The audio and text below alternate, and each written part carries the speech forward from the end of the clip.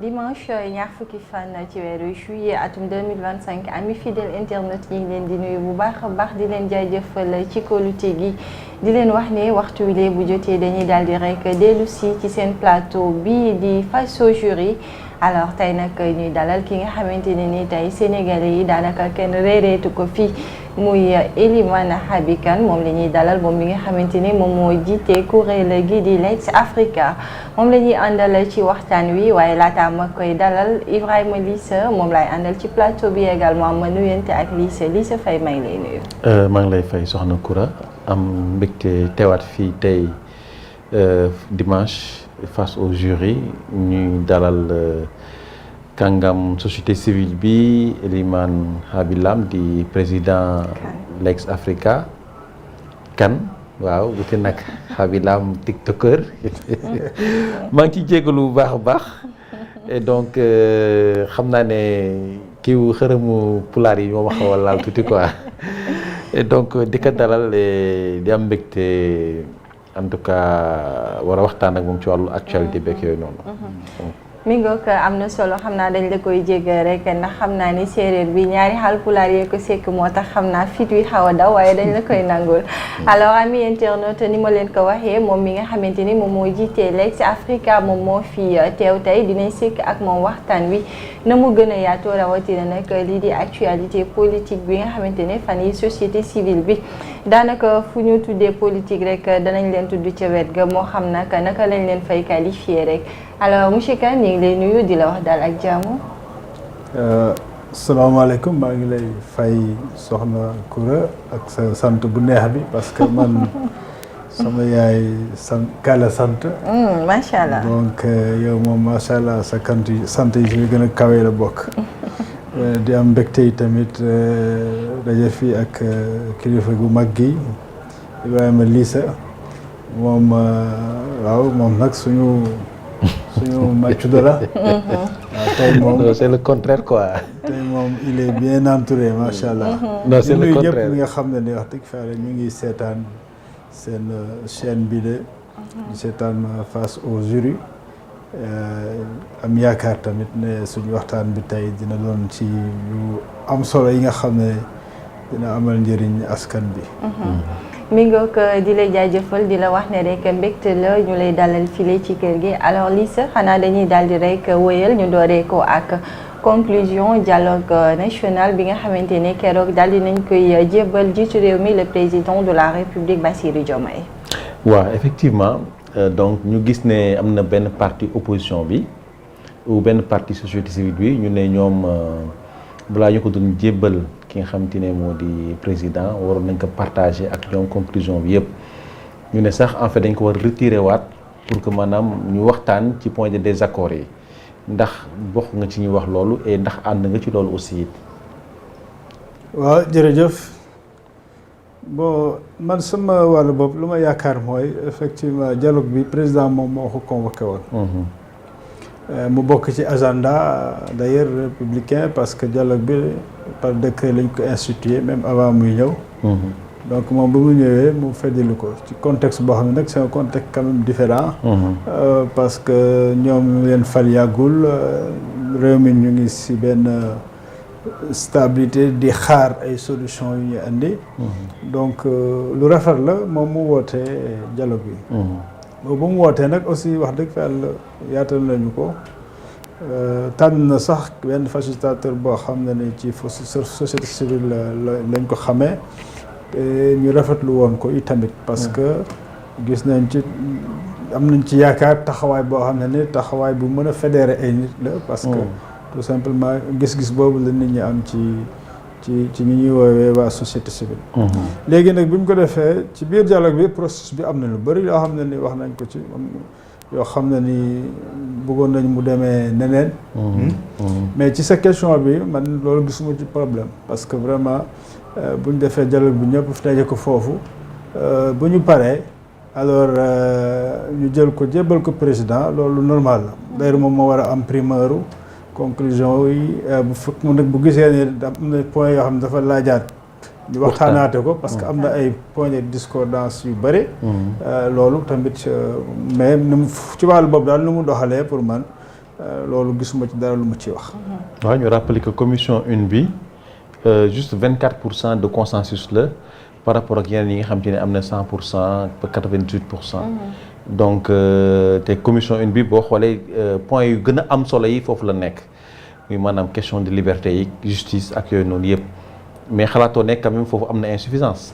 waaw man insuffisance yu ma si njëkk a gis mu ngi d'abord ci thème de référence balaa ñuy ñëw sax ci conclusion yi. parce que pour man conclusion yi mënul woon joxe leneen te moo tax si njëlbeen li man sawaratuma woon ci dialogue bi. waaye parce que dafa am benn préalable boo xam ne nii. wax naa leen ko ñoom parce que ñoom bi ñu defee premier thème de référence yu njëkk yi. dañ ko partagé man jot naa ko parce que bokk naa ci kuréel yu bëri yoo xam ne leen a saisiroon pour ñu def ay feedback observation te itam en tant que citoyen ils ont appelé à tous les citoyens ku am feedback nga def ko si. ñun Lex Africa def nañu feedback yónnee leen ko ci kuréel yu bëri yu mel ni groupe Raza bi.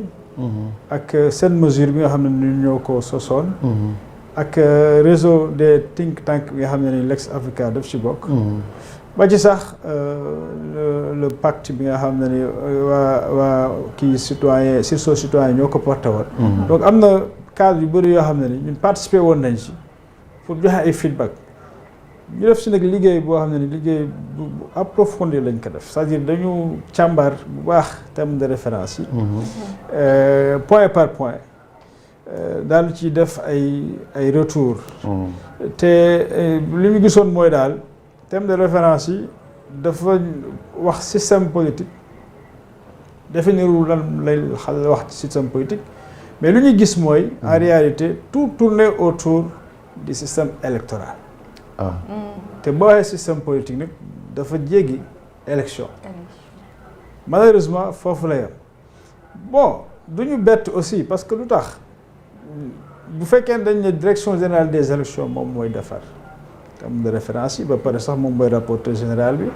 ñooñu ay experts la ñu yoo xam ne ni c'est des techniciens élection rek la ñu xam. élection la ñu xam waaye. donc ñoom li ñu xam la ñu def. bon amoon nañu yaakaar ne aussi facilitateur bi moom nga xam ne am na ouverture beaucoup plus large. surtout ñu liggéey ci ay wàllu refondation lu yàgg ay at yu bàgg. nécessité de la refondation du système politique sénégalais. foofu lañu yaakaaroon ne donc kon dinañ yaatal thème de référence yi. ba ñu dugal ci ay ponk yoo xam ne ni. comme lan. mais bu ñu wax refondation tey du système politique.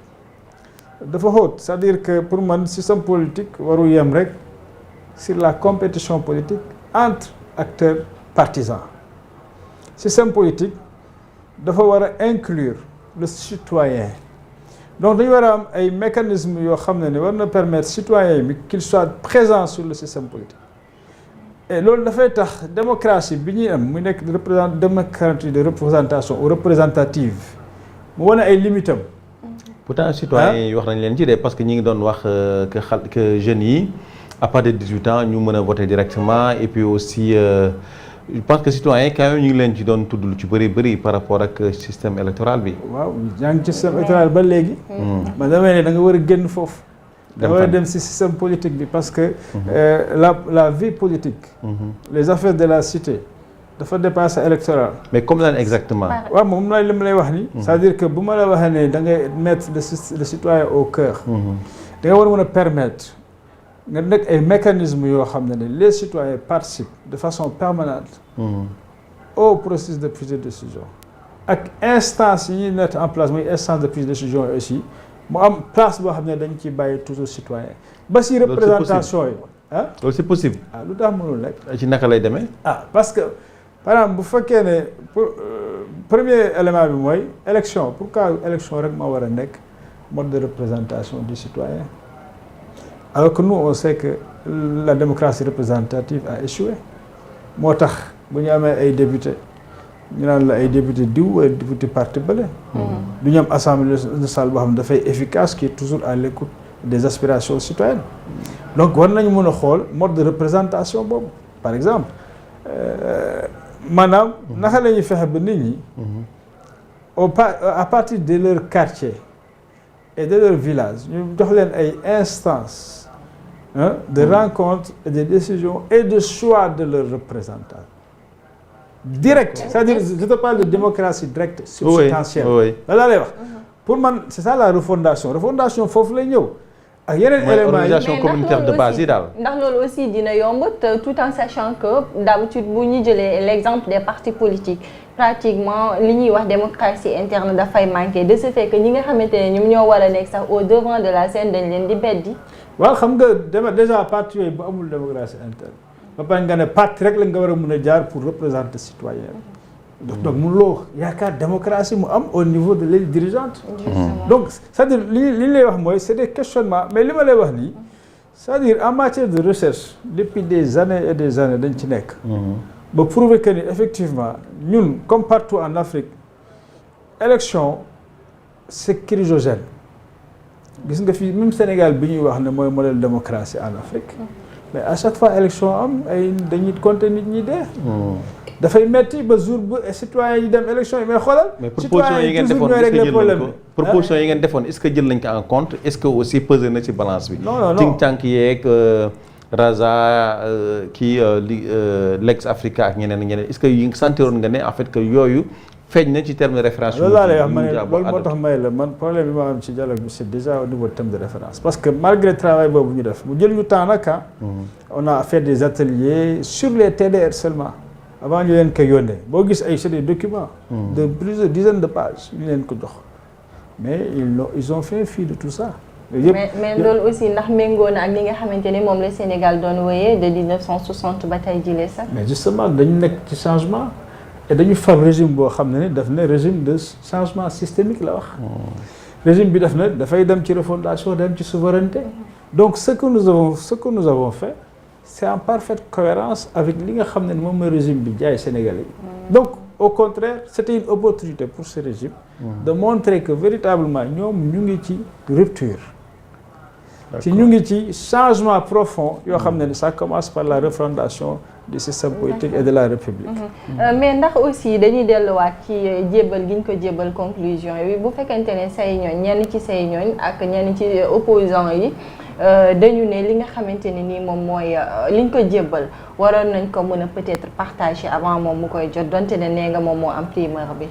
waaw loolu wax naa ko sànq ma ne foofu moom d'accord ma ci ak position bi nga xam ne am na yenn acteurs sociaux yu ko am parce que li ci mën a ne rek mooy soit nga ne ñun jàpp nañ ne le dialogue n'est pas achevé. bu fekkee da nga yaakaar ne dialogue bi dafa waroon continuer waat.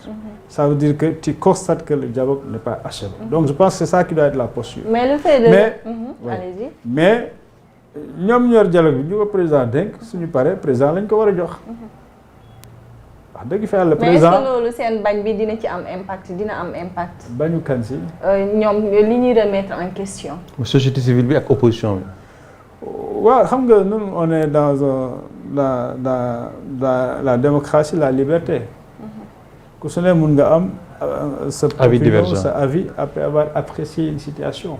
mais man jàpp naa ne parce que man ne ma woon si dialogue bi de ma woon mais j'étais représenté parce que Lex Africa y a un jeune qui nous a représenté là-bas mais jàpp naa ne foofu la ñu waroon lijjanti loolu quoi si biir dialogue balaa muy génn la ñu waroon lijjanti de façon claire ndax dialogue bi fu mu toll nii àgg na wala àggul su àggul ñu poser problème bi na leen il faut peut-être prendre plus de temps pour prolonger les débats moo gën ñu bañ ko jeexal fii nii mais buñ ko jeexalee foofu ba tënk ko wax dëgg fa yàlla loolu nag man gisuma ci loo xam ne xalaat nga ne réconciliation bi nga xam ne moom la président doon yóotu ci dialogue bi mën na tukkee ci conclusion yi yaakaar nga ne conclusion yi mën na andi réconciliation nationale. non réconciliation man ni ma ko yaakaaree du dialogue bi rek moo koy maye. waaw parce que suñu problème dafa xóot c'est vrai am na loo xam ne ñaari dialogue yi ñu def mun nga si jukki loo xam ne ni mun na jàppale réconciliation am lu tax waaw surtout bu njëkk bi parce que suñu problème Sénégal lu mu xóotee mooy li ñu dund récemment 2021 ba élection yi ñëw 2024 daf di loo xam ne c'est tellement profond que il faut ñu jël baaraam dugal ci góom bi raxas ko ba mu set soog ko mën a commission justice réconciliation wala il faut ñu jaar ci d'abord justice C'est-à-dire il faut que la vérité historique soit établie sur tout ce qui s'est passé dans cette période. C'est-à-dire il faut que les cas de justice moo tax d'accord moo woon ci loi sur l'amnistie les cas donc qui a eu lieu ici ñu vider leen te foofu nag vraiment il faut laisser à la justice faire son travail loolu du liggéeyu politique booy seen nañu bàyyi justice ñu def seen liggéey leeral yëpp parce que yi fi nekk toutes ces personnes qui ont perdu la vie toutes ces personnes qui ont eu des sévices corporels yoo xam ne ni c'est pour la vie toutes ces personnes qui sont psychologiquement traumatisées te loolu lañ ko bàyyi xel bu baax parce que lu problème dëkk bi lu ci ëpp tey jii nii c'est le trauma psychique qui n'est pas encore réglé ba ci nag ay njiit yi ba si njiit yi parce que loolu buñ ko réglé wu tout peut se passer ici parce que les choses peuvent éclater. Ah oui? À des proportions oui à des proportions gardées. Est-ce que yenn discours politique yi ñuy dégg jamono jile est-ce que loolu ça donne impression que tey jile mën nañu egg foofu. mais am na si effectivement yoo xam ne ni pour man c'est parce qu'on n'a pas vidé la question de ces conflits-là. Et de ak ay kiyam ay sekelam njeexitalam si nit ñi tey jii nii moo tax ñu mel ni dañu nekk ci ay prolongation li fi xewoon avant. mais trauma yooyu nga ne ba ci kaw. la nga bëgg a xalaat foofu la nga bëgg a wax foofu. nga ne traumatisme yooyu noonu dañ ko gis ba ci kaw. ba ci kaw est-ce que mën nga gën a leeral. parce que xam nga maa ngi lay wax nit ñi nga xam ne ñëpp dañu vivre situation boobu directement mu metti mais ñooñu ñëpp kan moo si jiitu c'est le président c'est le premier ministre Ousmane Sonko.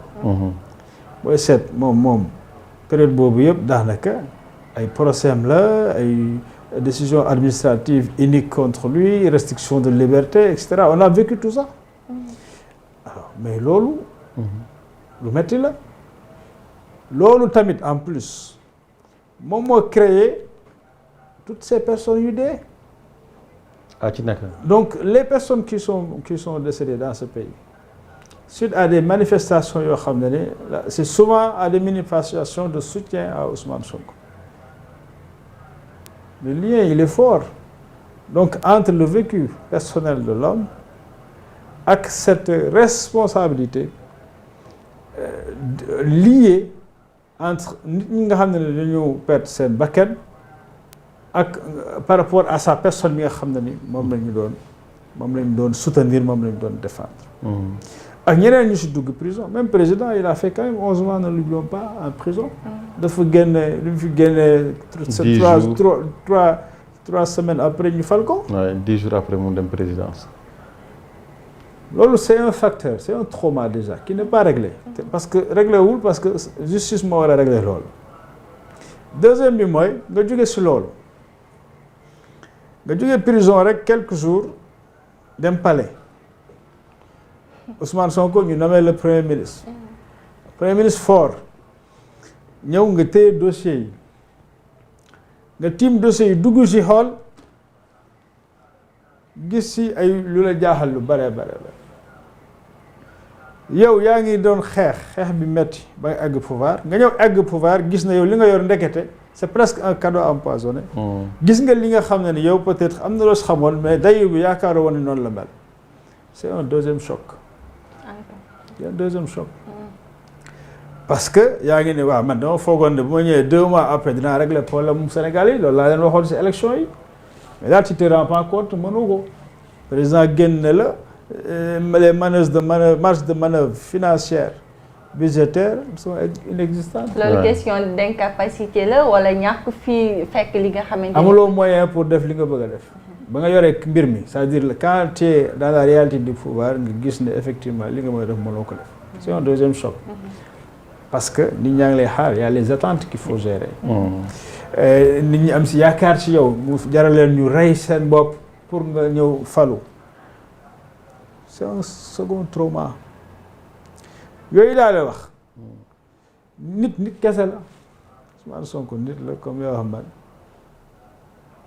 Diomaye nit la comme ñoo wax yow bu ñu wéetee seen bopp dëgg am na loo xam ne ni suñ leen si jàppalewul du sotti mais loolu kan nga yaakaar ne moo leen ci mën a jàppale aussi parce que loolu pour loolu il faut quand même une thérapie par les psychologues mais aussi sa famille et tout ça mais yaakaar nga ne instant yi ni mën na nekk par rapport ak station yi ñuy occupé par rapport ak aussi est-ce que am nañ ouverture bi nga xam te ne moom lañ soxla pour maanaam psychologue yi mën a intervenir sa famille et ses proches ñu mën a intervenir pour ñu mën a évacuer trauma psychique boobu. lii c'est ma yokkale si wala est-ce que c'est pas le fait que tey appel bi mu def au président de la République maanaam yenn jafe-jafe président de la République moo ko mën a régler.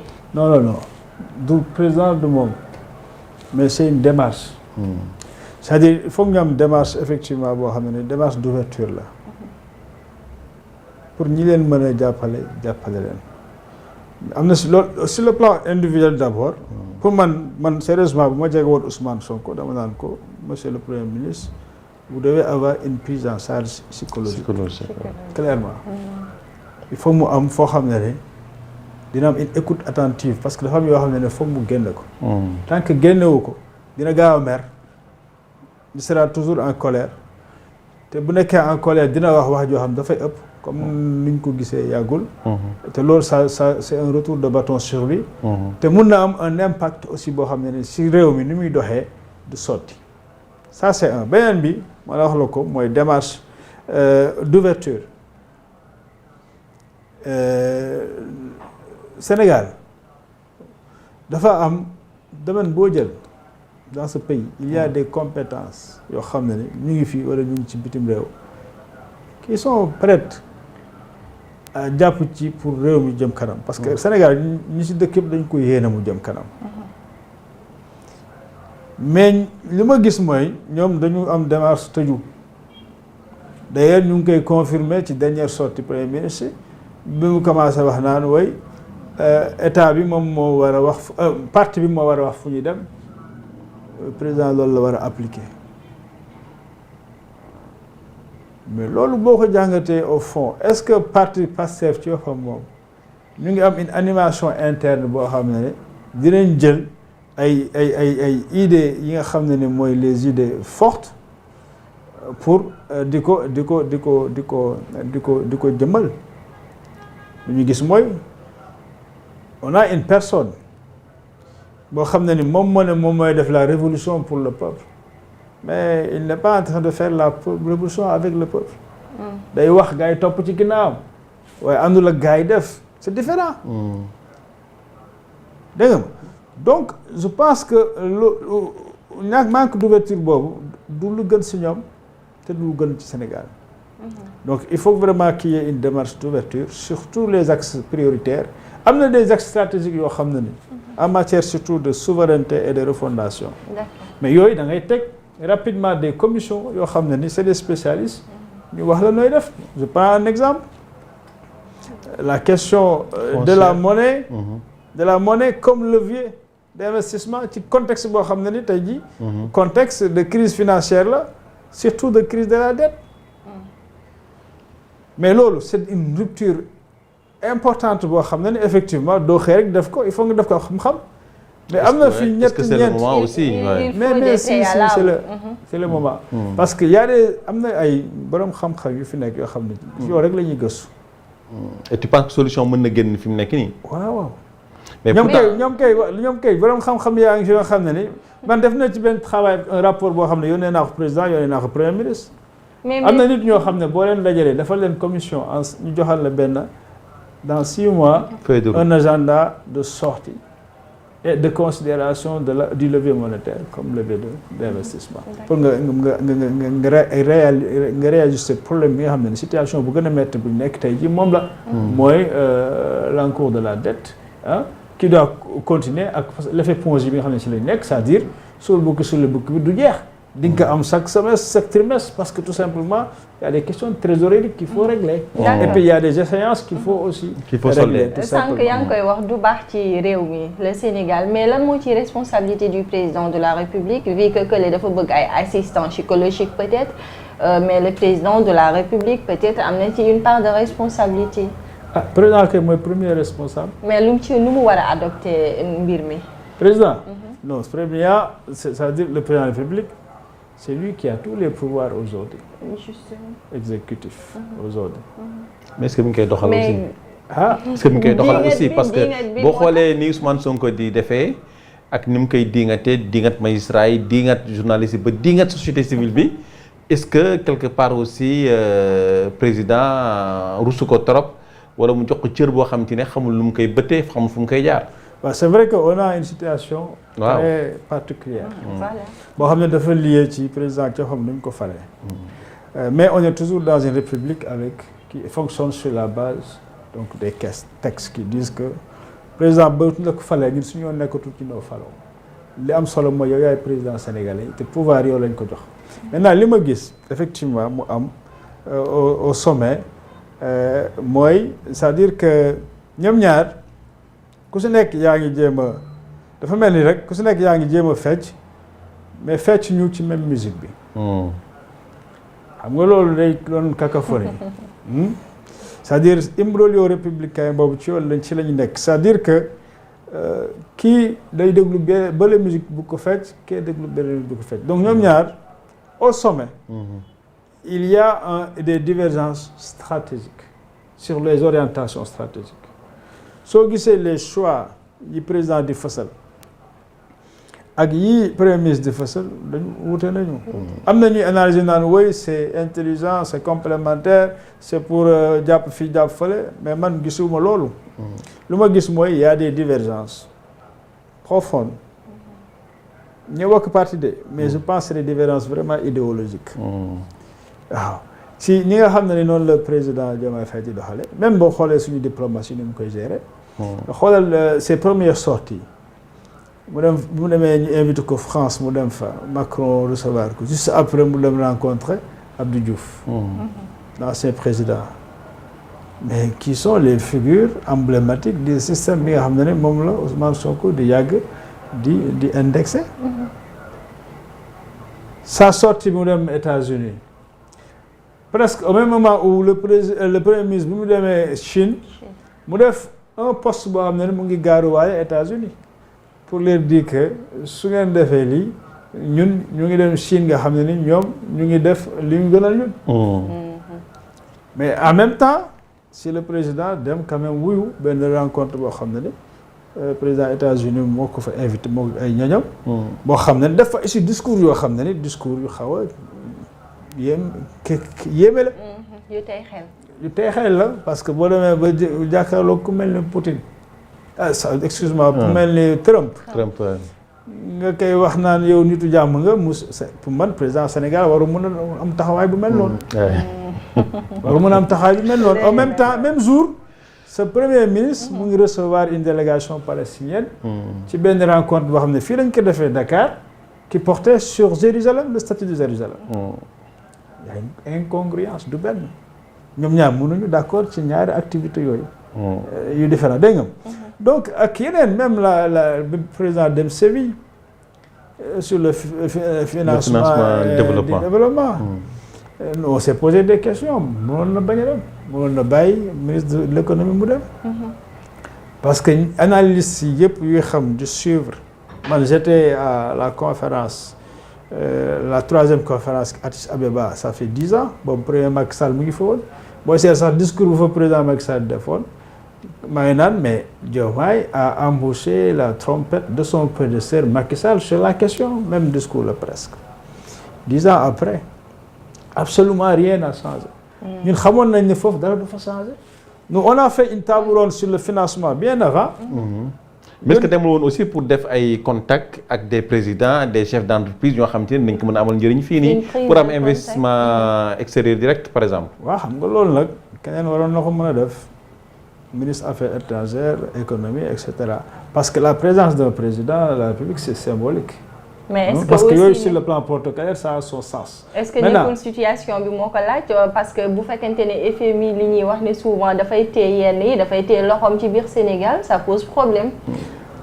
waaw loolu aussi lu mën a nekk la c'est-à-dire que c'est vrai que président rek moo xam lu nekk ci boppam. mën na nekk dem wuti ndimbal. waaw et puis ay mbokk chef d'État wam ak ay mbokk ñoo xam ne jege nañ FMI jege nañ ay investisseurs. waaw te wax na aussi ne dafa am ay jafe-jafe. gis nañ sa présence même dernièrement bu muy recevoir une délégation saoudienne gis nañu ko y a une présence c'est-à-dire personnalisé du président.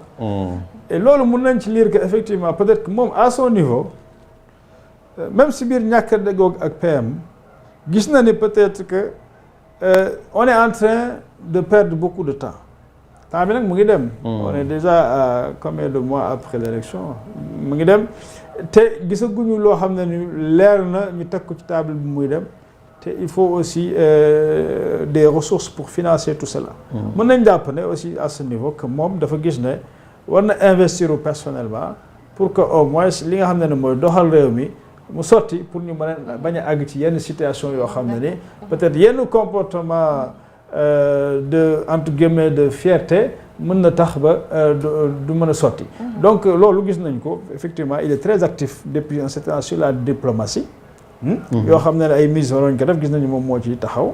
Donc aussi également qui peut être lu comme étant benn signal bu muy joxe ne moom non que moom il reprend les choses en main et day soobu ci biir. Donc loolu aussi on l'a observé récemment effectivement. Donc ñi am tiitaange que crise institutionnelle mën na am donc li fi jot wax yëpp peut-être loolu mën na ko mën na tax ñenn ñi mu dëggal seen njort gi. loolu mën a am la. Une crise institutionnelle au plus haut niveau lu mën a am la. xam nga loolu du tey laa commencé wax am na ay jamono da nga ko doon wax sax gars yi naan la dal sa kaw naan wooy yéen peut-être des oiseaux de mauvais augure et cetera parce que dama doon wax naan li xewoon 62 entre Senghor ak Mamadou Dia lu mën a xewaat la entre Ousmane Sonko et Bassirou Diomaye. Ah oui. Parce que la dualité elle est là tout le monde là-bas. Et on a aussi un premier ministre qui est puissant, fort. C'est un chef de parti très populaire. Kenn mënu si dara. mais loolu moo ko permettre mu mën a toog fii publiquement mais di offenser président naan soo mënul nga jox ma. xam nga loolu bu doon keneen dàq nañ ko xëy nañ dàq ko. bu doon keneen ku dul Ousmane Sonko. xëy nañu dàq ko. parce que Abdoulaye Wade amoon na problème boobu ak son premier ministre Macky Sall aussi amoon na problème boobu avec non Macky Sall sax amu ko mais Abdoulaye Wade moom dafa mel ni amoon na jafe-jafe ak premier ministre mais gis nañ ni mu mujjee moom ak Idrissa Seck après moom ak. Moustapha Niasse d'abord Moustapha Niasse oui. oui donc quelque part. Voilà. En fait mën nañu wax que ne en fait est-ce que nag lii nii du ñu andiwaat ci période trouble yi ñu dundoon entre mars 2021 ak juin 2024. Et qu'en est-il de la responsabilité des partisans parce que bu fekkente ne une coalition Diomaye la ñuy wax ñu gis aussi les partisans de Ousmane Sonko les Pastefiens ñoom aussi ñuy xataraayu seen wet. waaw ma sànq dama la wax nga mel prolongation nga naan ma ndax nga wax prolongation mais justement c'est ça. pour man génn ñu si ci loolu lañ nekk. te ce qui a changé mooy. loolu noonu bëgguma tudd tur bi. mais moom nañ nekk di def à l'intérieur du pays.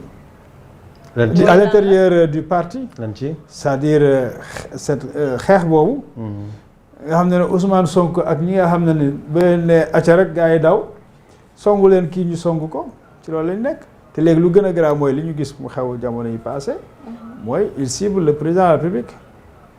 gis nañu. des soutiens. bu président defee sorteem di jaale président Buhari yàlla na ko yàlla yërëm mais on a vu acharnement bi am sur son message à travers les réseaux sociaux des partisans de son propre parti qu'il a investi. gis nañ des soutiens gis nañ ko aussi ñi nga xam ne mooy ses collaborateurs les collaborateurs du président aussi qui sont attaqués par les membres de Pastef. C'est le cas au nom de Ousseynou Ly par exemple. Au nom de Ousmane Sonko. Donc c'est les mêmes procédés qui existaient avant l'élection de 2024 qui sont encore là et qui se passent même à l'intérieur du pays et entre Ousmane Sonko et presque tout le reste parce que finalement Ousmane Sonko sa dernière sortie bi mu def il s'est attaqué à tout le monde vous l'avez dit. et bu attaqué nit ñi dafa mel les pointer ay cibles après donc. pour ñi ko ànd ak moom continuer di attaquer ñooñu di leen xas di leen def lu leen neex ci donc c'est ces méthodes là qui sont utilisées malheureusement. alors donc foofu moom wax dëgg fa la c'est pas la meilleure façon à mais parce que tey moom li ci nekk mooy. mënuñu la jox pouvoir c'est vrai que tu n'es pas le président mais c'est ton camp qui a gagné ñu jox leen pouvoir présidence ñu jox la assemblée nationale nga am fa une majorité forte ah ba pare après yow ngay génn di xult ci askan wi di créer problème boo xam ne askan wi dañ doon xaar ci yow ay solution mais yow sànq wax nga ko loolu du sànq wax nga ko ku bëgg benn peut-être assistant psychologique xam naa ni loolu moo koy justifier peut-être mais également gis nañ ne keroog ci sortie bi attaqué na li di société civile bi alors loolu aussi ban lecture ngeen ciy am réellement bon tu sais moi cette histoire là mais dégguñu la nga réagir ci wala man dégguñu la ci non c'est que xam nga man par exemple est-ce que sa premier naataango yi ma woo bëgg du sama réaction dafa am ñoo xam ne ils l'ont fait de façon tellement maladroite dañ ne ma mais monsieur le Premier ministre vous a traité de fumier je voulais avoir votre réaction ma ne ko c'est toi-même qui est en train de me traiter de fumier ndax yaa ko répété parce que moi je ne pense pas que le Premier ministre s'adresse à moi ma ne ko allez demander au Premier ministre de qui est-ce qu'il parle parce que la dernière fois bi mu defee sortie tudd ay quelques sociétés civiles ne du ñëpp ñoo kii am na ay tur yu mu tuddoon bii pas tuddul kenn def na certain donc man ça m'a pas du tout offusqué personnellement parce que je sais que waxal ak man te je sais que moi aussi je ne suis pas de ce mode là dégg nga ma mais est-ce que war na waxee noonu aussi est-ce que war na waxee noonu voilà par contre lu tax ma réagir na mais par écrit parce que pour man wax booy wax da nga koy argumenter di réagir par écrit ma def ci ñaari jàngat benn bi d'abord mooy commencer ci loolu j'ai trouvé que il a osé offenser notre chef d'État ça c'est ce qui est plus grave mu offenser suñu justice ce qui est plus grave en tant que haute autorité premier ministre mu offenser suñu yeneen force de défense de l'ordre defoon na ko avant après mu teg ci presse bi ba di cibler ay médias carrément menacé ku ma xeex la kilifa du waxee noonu ku jaboote ñëpp doo defee noonu ba pare mu teg ci effectivement nee na certains membres de la société civile donc loolu du lu ñu rafetlu donc ma waxee kii ma ne ko beneen affaire boo xam ne daf ko leeral parce que bizarrement bien avant j'avais fait un autre texte ba tuddee que c'est quoi le projet monsieur le Premier ministre boo xam ne ni dafa mel ni c'est un texte prémonitoire parce que bi mu waxee dafa leeral ci question yi ma doon posé sama bopp parce que ci texte bi maa ngi fàttaliku li mu waxoon Assemblée nationale ba mu ne dañuy rationaliser parti politique yi mu teg ci s'il le faut au forceps daa utiliser le terme au forceps ensuite mu ñëwaat Assemblée nationale mooy wax ci ñi ñuy woowee les chroniqueurs mu utiliser un terme qui est un terme violent mu ne on va les effacer man interpellé ko ci texte boobu ne ko monsieur le président monsieur le Premier ministre c'est quoi votre projet est-ce que votre projet c'est d'instaurer la tyrannie dans ce pays et un parti État et de museler tout le monde tous ceux qui ont des voix contradictions ma ne ko loolu mënul nekk Sénégal da nga ko war a xam tey li ma la waxoon Macky Sall bi muy commencé di jëlee acte de restriction de l'espace civique loolu laa lay fàttali tey je te fais la même réflexion le Sénégal ne peut être un pays de tyrannie ou de dictature et on ne peut pas faire taire les gens dans ce pays mais keroog dafa jël bi mu jëlee parole dafa répondre à mes questions il a clairement dafa confirmer il a clairement dit sa perspective c'est le parti État que il faut que parti bi réunir disi ba pare après loolu la ñuy doxal loolu la wax ensuite mu menacé acteurs yëpp mais loolu nag mënul am Sénégal. mais lan mooy solution bi lan mooy solution bi. yan impact sax déjà balaa solution yan impact yoo xamante ne tey askan wi war na ko mën a dund ci kàddu yi nga xamante ne da koy yëkkati. non askan wi foog ñu génn woon ko ni yaa ngi juum parce que li nga bëgg def du fi mës a am man loolu laa ko wax. loolu du fi mës a am Sénégal fii xanaa nga jël ñëpp rey leen wala nga dugal leen prison mais Sénégal weesu nañu un régime d'état parti un retard de 60 ans. mais est-ce que et dictatorial mënu fi am. moom foog mu xam loolu. est-ce que la société civile aussi war ngeen attardé wu peut-être ci yenn yi attardé wu entre guillemets bu génnee wax rek ñenn ñi itam te génn di tontu. waaw non est-ce que li ma lay wax c'est-à-dire un premier ministre kàddoom kenn du ko neewal bu doon président parti rek la ko neexee wax suba ba ngoon ku deful parti woon ndaw ci. s'il parle parfois danaan chef de parti de Ousmane Sonko. président de parti mais aujourd'hui bu ñu nee Ousmane Sonko vous pensez à quoi vous les journalistes qui nommez les gens justement tu peux pas ne pas penser au premier ministre du Sénégal qui dispose de l'administration, y compris de l'administration judiciaire, y compris de l'administration des forces de défense et de sécurité. Parce que moi, commandé ministre yi nga xam ne ni ñoo leen di commandé. Donc kooku c'est pas n'importe qui. kooku su waxee il faut prendre sa parole au sérieux. te il faut nga aussi nit ñi parce que li ngay wax ci organisation société civile bi benn ci seen mission mooy l'alerte. Il faut alerter nag c'est une mesure de prévention c'est avant li xew war di xew. mais ak la manière peut-être mais pas peut-être que ngay génn di tontante yenn tontu yu ñagas yooyu wala mel ni que moom dafa attaqué rek yéen aussi ngeen attaqué. kan moo attaqué. d'habitude dañ koy gis. dama déggoo li ma la wax sànq man les premiers qui m'ont appelé j'ai pas réagi. ah peut-être yow. ah laa lay wax et puis man gis nga noonu même boo liiree li may bind même li ma njëkk jéem a clarifier mooy d'abord y a une utilisation abusive et galvaudée de la notion de société civile. Quand on dit société civile, il faut se dire exactement de quoi est-ce qu'on parle. Ça j'y ai travaillé. Et en réalité, c'est une notion qui est protéiforme et qui est même une abstraction sur le plan juridique.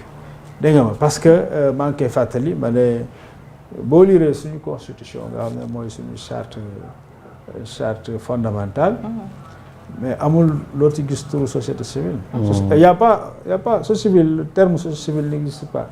boo lire constitution ci préambule bi ba ci article 103. oui mais c'est un concept accepté quoi. non c'est une réalité nag par contre.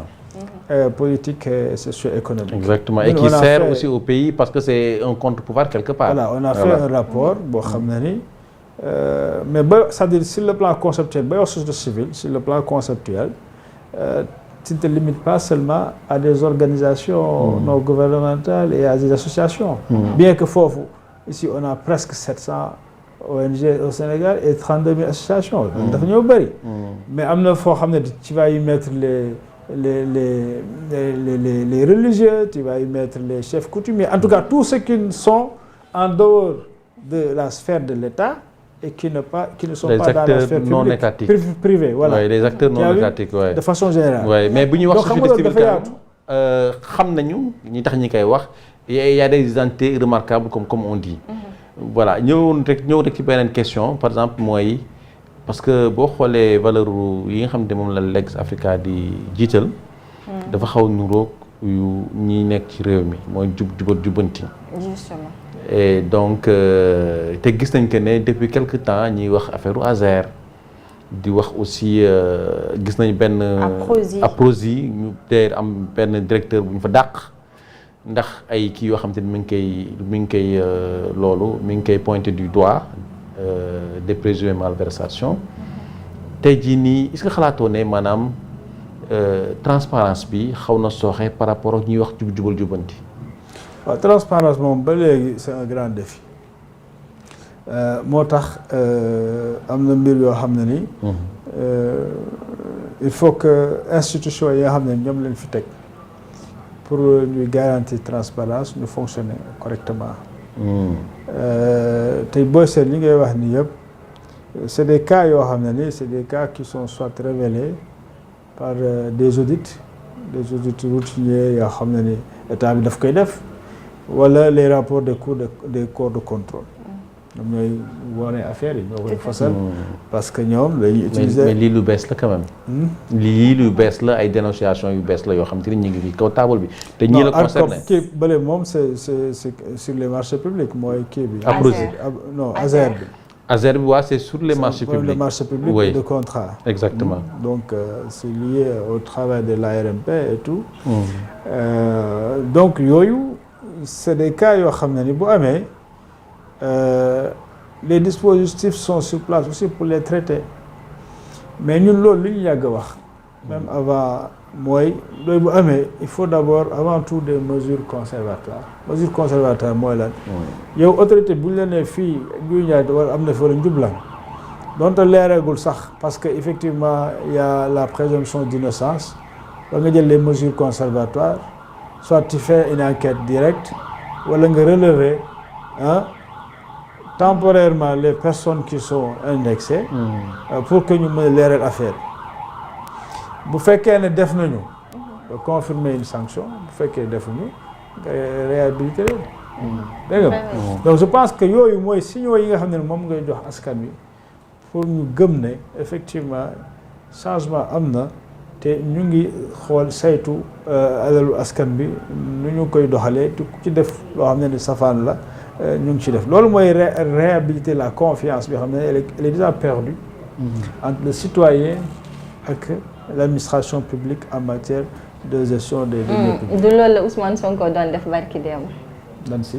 le fait que tey mu bëgg a réhabiliter la confiance ci seen biir. mais loolu ba tax muy junj ñenn ñi maanaam DG yi wala ñi nga xamante ne ñoo ngi seen biir. te jàpp loolu ci wàllu projet yi la doon wax. par rapport ak tableau de bord yi par rapport ak exécution beeg yooyu. en fait dama def benn corrélation juste vous dire que ni Ousmane Sonko loolu lay inciter njabootam gi ñoom aussi ñu abondé ci kii boobu noonu. mais loolu lu baax la moom loolu la yàgg a wax. mais nag wax communication rek doyu si. parce que Ousmane Sonko d'habitude il communique. parce que booy seet bu def day jël yenn parti communiquer si. boobu nag daanaka sax du ñooñ lay waxal mais askan wi lay waxal. en réalité mais donc je pense que ma fàttali loolu rek. yow bu ñu la joxee réew nga koy gérer xam nga lan moo war a nekk sa communication mooy sa jëf les actes que tu poses. il faut que ñoom ñu poser actes yi ñu teg seen bët moo gën mais wax ji naan je vais faire ça on va faire ceci désormais non loolu téyetul Sénégalais yi da ngay agir. nit ñu gis na effectivement y a une action qui est une action décisive qui règle tel problème. mi ngoog lii sa waxtu wi daf ñuy waaj a xocc waaye monsieur Kane am na loo xamante ne aussi lu ñu yàgg a xeexle fii muy la restriction des libertés au Sénégal mais gis nañ ne jamono ji daanaka convocation yi bari na ñenn ñi dañu jàpp que ni sax acharnement la wala ni ñu koy waxee ci en wolof xoqatal. surtout ay Bachir foofu na ci kaso bi Moustapha Diakhaté Badara Gadiaga tout dernièrement et ainsi de suite mi ngi commencé bëgg a bari quand même. oui loolu tam dëgg la. waaw effectivement bari na te bari na et puis même type d'infraction la ñuy ciblé ñi nga fi tudd ñëpp Moustapha Diakhaté man xam naa ko noonu li mu mel nii noonu laa ko mës a xamee. te il était toujours présent. Pour défendre ce qu'il pense être injuste et cetera. man sama wàllu bopp am na jamono yoo xam ne effectivement j'étais dans des persécutés moom da doon ñëw di ma seet si ñu am lu ñu doon jëflante. donc xamee naa ko loolu mais mu ngi aussi ci posture politique te il est aussi cohérent parce que moom ñi fi nekk ci pouvoir bi bien avant ñu fi nekk ba tey li mu leen doon wax la leen wax tey. donc je pense que dans la diversité et l'adversité et la compétition politique am na yoo xam ne ni effectivement waru mun a tax ñuy jël ay nit leen privé de leur liberté. am na yoo xam ne ni war même bu fekkee ne infraction la y a des types de sanctions yoo xam ne ni war nañ ko mën a def ñëpp xam ne ni kii def na lu jaaduwul. sanctionné ko mais privé de liberté c'est quand même extrême. mais foofu nag dañuy yóbbu aussi ba. organisation de suñu justice bi suñu système judiciaire parce que dafa am cas yoo xam ne su amee ñoom procureur ñu acti ko wala mu autosaisiru ñu ne diw parce qu'il dérange suñ ko bëggee yóbbu prison ala kulli dañ ko yóbbu prison. juge des libertés waaw facilement parce que am na ñu lay chargé moom juge bi ñu lay jox mu amul benn solution da lay téye rek. loolu moo nekk di xew xanaa. loolu moo fi am donc loolu je pense que war nañ ko xoolaat te jàpp naa ne bu ñu justement. appliqué woon bon maa ngi wax si Moustapha mais mun naa j'ai parlé officiel publiquement de Bachir Fofana parce que moom aussi c'est un journaliste que j'ai connu. professionnel. bi ma koy xam boobu moom ci liggéey marché public da doon liggéey et cetera. Après on a fait même des combats citoyens ci autoroute à péage yi. mu jàll ñu ay résultats satisfaisants. ba ñu réformer contrat yi woon et cetera donc c'est quelqu'un que je considère comme étant un citoyen patriote qui aime son pays. Maintenant lui aussi il est dans la politique parce que gis naa ne dernièrement il était candidat à une mairie et tout et cetera donc il faut je remets tout ceci. ak yeneen ñuy jàpp dans la compétition politique qui est malsaine dans ce pays. Et foofu nag les responsabilités aussi sont partagées parce que aussi quand on a des postures d'opposition on doit pouvoir se mesurer parce que l'espace politique n'est pas seulement les jeux des acteurs politiques partisans mais ça implique aussi les Sénégalais. Les Sénégalais ñu ngi suivre. Les Sénégalais da ngeen di bàyyi xel ba. aussi ñu fexe am débat boo xam ne ni du ay débat wu ay saagante xasante savoir assumer également ndax bu fekkente ne nit ki da ngay occuper yenn plateau yi wala nga taxaw quelque part tout le temps soo waxee rek da ngay tenir l'image de la personne or que bu ñu la jàppee des soutiens politiques rek la ñuy gis. waaw non loolu laa lay wax ma ne moo tax responsabilité yi mooy d'abord bul tooñ. ku dul tooñ dara du la si fekk ba ñu ñëw di la àtte wala di la jàppale. donc moo tax côté man foofu moom dama ci maandu. mais li nga wax c'est-à-dire il faut ñu éviter ko c'est-à-dire il faut pas que ñu judiciariser le débat politique. tout à fait tout le temps bu ñu amee ay kii rek après muy mujj ñu jàpp nit ay kaso et cetera loolu war nañ ko mën a moytu. ñu ñëw ci ñaari question diplomatique. waaw xam naa ne foofu la ñuy jeexalee nag. waaw mooy maanaam départ élément français yi ci Sénégal njeextal bi mën a am. ba pare aussi te perte d'influence un peu du Sénégal ak diplomatie bi ñu naan dafa xaw a sooxee au niveau international mais loolu xalaatoo ne maanaam ay choix la de gouvernance wala boog incapacité wala des facteurs extérieurs. bon am na si yoo xam ne c'est des choix par exemple sur le départ armée française bi. ça on savait que le régime bu ñëwee fii nii ñoom dañu ko waxoon. li ñu waxoon lañ def. C'était des promesses. waaw li ñu waxoon lañ def parce que ñoom seen logique dans la logique de souveraineté ak d'équilibre géostratégique booy nañ ci que ni c'est pas normal que des forces étrangères di am fii en fait seen ay bases militaires. Parce que aussi c'est vrai que y a des risques à cela donc je pense que foofu ils sont quand même conséquents. léegi nag li ci nekk mooy sécurité du caaxaan. ñële ay étranger lañu woon mais am na fu ñu féete woon aussi. et je pense que ñun dañu war a woye ne on est capable de prendre en charge notre sécurité. On a des officiers qui sont bien formés. Maintenant il faut qu'on fasse des efforts sur les aspects logistiques et technologiques pour que ñun ñu gérer suñu bopp suñu sécurité.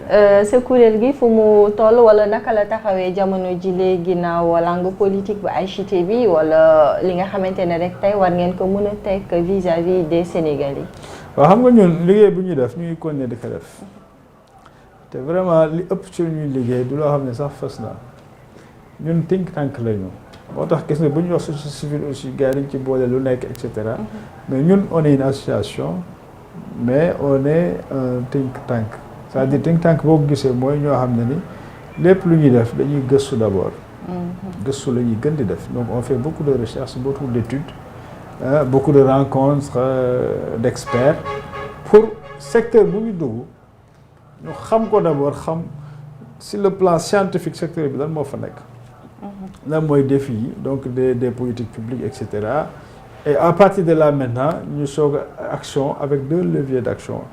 benn bi mooy moo ñu gën a soxal mooy li ñu xam naka la ñuy fexe ba citoyen bi xam ko citoyen bu si nekk ci secteur bu la concerné nga xam loolu ba yow sooy jóg di organiser sa bopp pour di défendre say droits say intérêts nga teg ko ci xam-xam.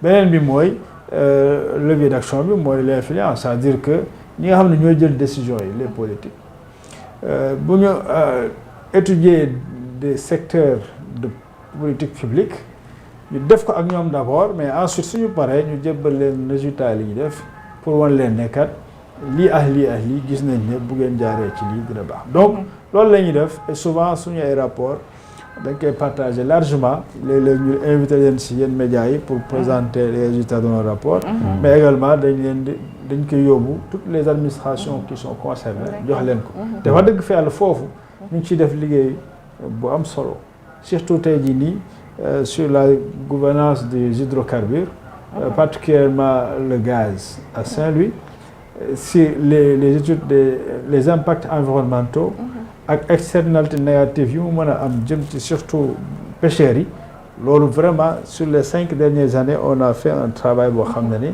tey même état bi ministère bi ils le reconnaissent et on échange beaucoup ak ñoom pour que ñu fexe. mais est-ce que ñi ngi koy utiliser di ko pratiquer aussi ñi ngi koy utiliser di ko pratiquer par rapport ak seen proposition yooyu am na yoo xam ne il y a des réponses yu ñu jox mais je pense que ils sont encore très loin de ce qu'ils doivent faire moo tax on continue di leen wan ne di leen ñaax aussi ci loo xam ne war nañ ko def ba pare di permettre acteurs yi ñoom aussi ñu mën a taxawal seen bopp ne ñun dañoo soxla lii ak lii foog ngeen def ko su ngeen bëggee.